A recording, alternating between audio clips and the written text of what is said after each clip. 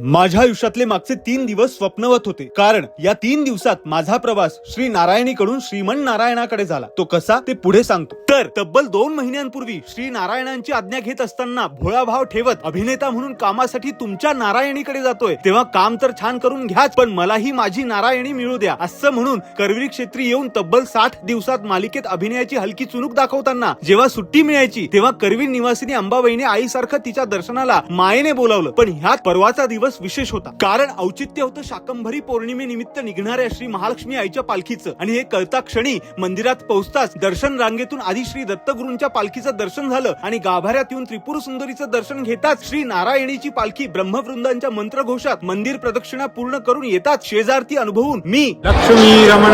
गोविंदा असं म्हणत दुसऱ्या दिवशी अभिनेता म्हणून काम पूर्ण करताच जा तुला काही दिवसांची सुट्टी असं ऐकता क्षणी माझ्या आधी माझी सावली धावत निघाली. मग तब्बल 13 तासांचा प्रवास करून श्री बालाजी महाराजांच्या नगरीत म्हणजे स्वगृही येतात आधी माझ्या विठ्ठल रखुमाईच्या पाया पडलो आणि अभिनया व्यतिरिक्त जे काम करताना मला समाधान मिळतं ते करत असताना कोल्हापूर वरून माझ्या रखुमाईसाठी आणलेल्या दागिन्याला पाहून हे नाही का उद्या देवीला घाल, उद्या मंगळवार आहे ना,